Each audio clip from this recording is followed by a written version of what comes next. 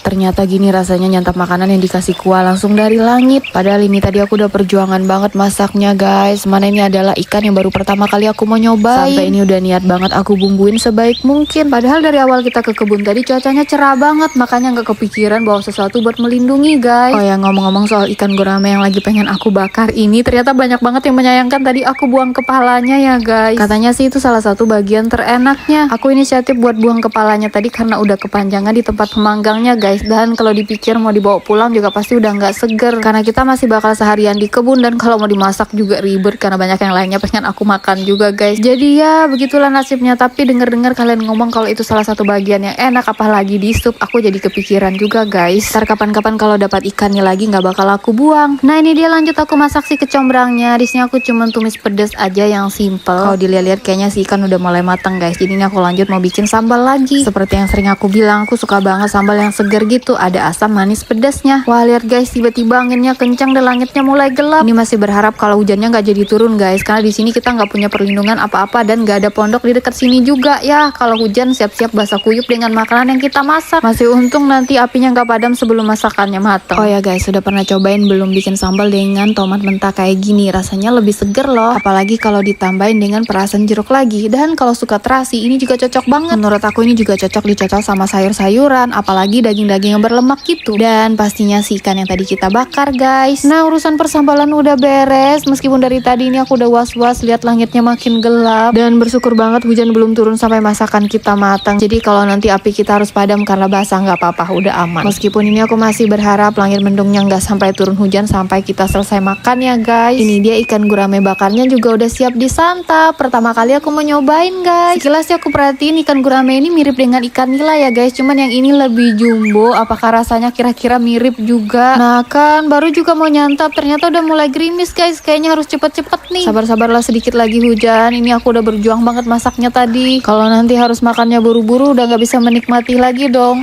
Tapi serius ini rebungnya dicocol sambal gitu enak banget loh guys. Oke lanjut, ini aku mau nyobain si ikannya tadi. Ternyata kulitnya agak keras gitu ya. Jangan lupa wajib dicocolin sambal juga. Sabar-sabarlah dulu kau ya hujan. Wah ternyata si ikan gurame ini enak banget ya. Menurut aku sih ini lebih enak daripada ikan kakap atau nila. Dan yang aku bakar ini nggak ada amisnya sama sekali. Nah guys, aku suka banget pucuk rebung dicocolin sambal kayak gini. Rasanya enak banget. Bahkan cuman makan ini sama nasi aja tuh aku bisa lahap banget. Wah kayaknya ini cuacanya bener-bener nggak bisa diajak kerja sama guys. Baru juga berapa suap ini hujannya makin deras saja. Perasaan tadi sambalku kering, kok ini udah makin berkuah ya. Ini si real menikmati makanan sambil menyatu dengan alam. Makin deras hujannya makin lahap juga aku makannya nih guys. Masalahnya nih udah nggak ada pilihan lain. Jadi pasrah aja sampai dimana hujannya. Mau berlindung juga nggak ada pohon. Yang penting rajin masak. Ini salah satu sayur gratis paling enak di kampung menurut aku. Bahkan ngalahin enaknya genjer atau kangkung yang sering kita petik di rawa-rawa. Nah seperti yang terlihat ini aku lagi di kebun ya guys. Dan kalau diperhatiin emang udah nggak terlalu banyak sayur tersisa di sini. Kecuali si terong asam yang emang awet hidupnya, jadi nggak perlu sering-sering ditanam. Dia bisa bertahan sampai setahunan lebih gitu guys. Dan bagusnya si terong satu ini lagi, mau yang muda atau tua tetap enak di sayur guys. Nah seperti biasa emang setiap ke kebun satu ini aku nggak terlalu mengandalkan sayur yang ditanam, karena banyak aja sayur liarnya yang bisa kita manfaatkan sekitar kebun. Salah satunya si keladi ini guys. Bukan sembarang keladi karena ada beberapa yang batangnya gatal banget dan gak layak makan ya guys. Jadi jenis yang ini emang enak dijadiin sayur. Yang membedakan dia dari yang lainnya, dia punya kayak titik merah di tengah daunnya gitu guys. Dan pasti udah sering lihat aku masak kalau kesini juga ya. Aku pernah baca komen katanya di daerah mereka si keladi ini cuma dijadiin pakan ternak atau makanan babi gitu. Padahal menurut aku ini salah satu sayur yang enak banget. Seperti yang ku cerita di awal, bakal lebih enak daripada genjer atau kangkung rawa. Cuman emang jarang aku masak karena ngambilnya emang agak ribet guys. Lihat aja harus siap kotor-kotor, dan belum lagi kita harus ngupasin kulit luarnya gitu. Ini juga cukup bergetah, kalau kena baju susah hilang. Makanya tadi aku ganti jaket dulu guys, pakai yang emang udah robek-robek khusus untuk ngebolang. Biasanya untuk dijadiin sayur kita ngambil batang mudanya ya guys. Daunnya yang masih mengkuncup itu juga enak, tapi menurut aku agak gatal sih. Nah ini dia parts yang aku agak males kalau masak si sayur satu ini, yaitu harus ngupasin kulit-kulit luarnya kayak gini guys. Kalau bisa wajib pakai alas tangan karena getahnya bakal nempel di kulit, meskipun nanti bisa hilang juga. Atau kira-kira kalau dimasak langsung dengan kulitnya ini bakal tetap enak nggak ya? Kalau nggak salah aku pernah dengar orang bilang katanya itu bisa dimasak langsung juga. Seperti yang terlihat, selain batang mudanya di sini aku juga ngambil sedikit daunnya yang muda guys. Jangan lupa ini dicuci-cuci dulu, si airnya langsung menghitam loh guys. Karena ini nanti aku pengen masaknya direbus aja, jadi aku potong potong agak panjang-panjang aja guys. Oh ya, nggak seperti banyaknya keladi yang bisa tumbuh di tanah kering. Kalau jenis yang ini biasanya hidup di rawa-rawa aja ya guys. Dan udah banyak dibudidayakan sama ibu-ibu di kampung karena enak dijadiin sayur. Dan bagusnya lagi si keladi ini kembang biaknya cepet dan gampang banget. Yang penting ditanam, gak perlu dirawat, dia udah bisa tumbuh sendiri dan berkembang biak dengan cepat. Nah, di awal tadi aku ada metik terong bulat. Kebetulan dari rumah aku udah bawa udang. Rencana pengen coba aku masak kuah asam gitu guys. Kebetulan untuk udang sendiri belum pernah aku coba. Biasanya aku cuman campur dengan ikan. Entah kenapa kalau udah pegang perdaging-dagingan di kebun atau di hutan gitu pasti banyak banget lalat yang mendekat. Selain anjing ternyata lalat juga punya penciuman yang tajam ya. Selain lalat ada semut lagi sih yang pasti berkerumun mendekat kalau kita udah jatuhin yang manis-manis. Nah, si udang sungai satu ini kami sebutnya udang galang. Nggak tahu kalau di tempat lain ya. Menurut aku ini salah satu udang terenak juga guys. Ini yang aku mau masak bisa dibilang masih ukuran kecil ya. Biasanya bisa lebih jumbo lagi. Tapi udah banyak yang bertelur. Sebelum masuk kuali ini aku mau bersihin dulu. Lanjut part berikutnya.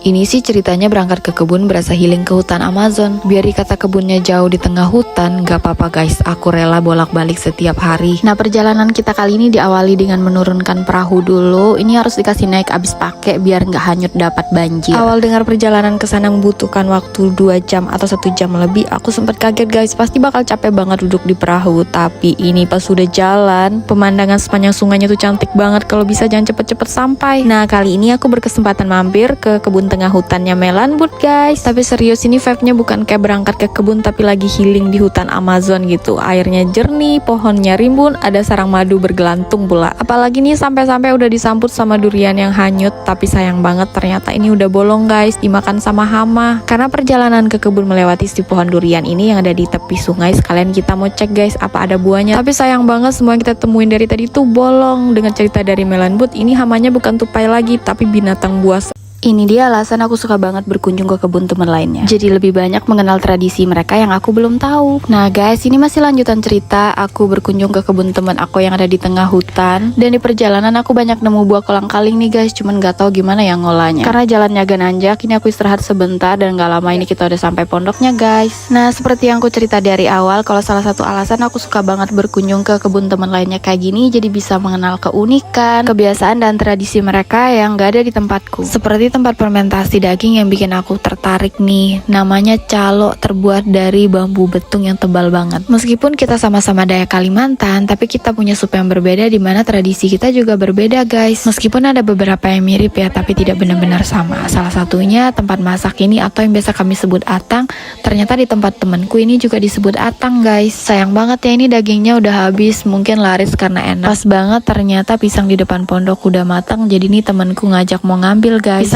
Masak sayur seger baru panen kayak gini enaknya beda sih meskipun sederhana. Nah seperti biasa kalau lagi pengen makan rebung atau anak bambu, pasti aku sama mamaku carinya ke pohon bambu besar yang ada di pinggir kebun kita ini. Ini kalian kadang nanya lagi kan guys, emangnya itu bambunya bisa dimakan? Karena aku juga udah sering jelasin di video sebelumnya ya. Tapi bagi yang mungkin pertama kali lihat video aku, ini salah satu rebung yang enak banget guys. Bahkan menurut aku lebih enak dari rebung petung yang gemoy-gemoy itu. Nah ini lumayan kan, satu pohon bisa panen banyak padahal tumbuhnya cuma sebatang kara loh guys di sini, tapi emang gede banget lingkarannya. Nah kalau panen rebung kayak gini sebaiknya dibersihin dulu sebelum bawa pulang karena miangnya cukup banyak. Dan selain panen rebung ini mamaku juga tadi petik pakis, ada yang tahu makan nggak? Nah ini selesai bersihin kita buru-buru langsung pulang karena pagi-pagi kesini tadi belum sempat makan. Ini sih definisi tinggal jauh dari pasar tapi protein tetap terpenuhi. Apalagi nih rasanya enak banget, belum tentu nemu di pasar atau warung di luar sana. Nah ada yang satu selera nggak nih guys sama aku, suka banget sama si keong racun atau keong mas ini. Mungkin di pedesaan yang banyak persawahan gitu, makhluk satu ini gampang banget ditemuin ya, bahkan kayak dijadiin makanan bebek gitu saking banyaknya dimusnahin. Tapi kalau di kampung aku ini agak susah guys nyarinya, karena tempatnya tuh banyak pegunungan, yang ada juga ladang gunung, jarang banget nemu sawah. Jadi ini bisa dapatnya kalau nggak di rawa bekas kebun ya, ini di kolam kayak yang tadi aku ambil. Dan kalau udah dimasak rica-rica kayak gini, sumpah nggak ada lawannya, enak banget. Kata teman aku sini juga enak di sate, cuman belum pernah aku coba ya. Mungkin kalau aku punya stok yang banyak, lain kali aku bakal coba banyak versinya.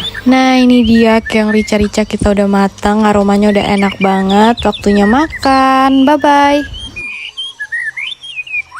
Ini aku sebutnya hari keberuntungan karena setelah sekian lama pengen banget nyobain makanan satu ini, akhirnya kesampaian bahkan bisa masak langsung guys. Nah, untuk perbumbuannya ini nggak perlu kalian ikuti ya guys, karena seperti biasa hanya menyesuaikan sama yang tersedia di kampung. Bahkan ini harus nyebrang ke halaman tetangga buat minta daun kemanginya. Kira-kira ada yang senasib juga nggak nih sama aku? Belum pernah sama sekali nyobain si gurita ini. Dari kecil aku lihat orang makan tuh kayak enak banget dan penasaran pengen nyoba, tapi nggak pernah kesampaian karena emang kampung kita jauh dari laut. Jadi hari ini aku beruntung banget guys bisa dapat dan bakal masak langsung dengan bumbu eksperimen aku. Ini tadi semua bumbunya kita alusin terus tumis sampai wangi. Yang bikin dia merah kayak gini aku pakai cabai keriting yang banyak ya guys. Ditambahin saus tiram sama kecap manis juga. Pokoknya cara masaknya bisa kalian lihat di video aja, dan ini dia udah mateng guys. Dari penampakannya aja udah bikin ngiler sini guys. Kira-kira rasanya gimana? Langsung aja kita coba. Setelah digigit ini tekstur dagingnya mirip sama sotong yang aku masak dulu, tapi ini jauh lebih enak sih. Bye bye.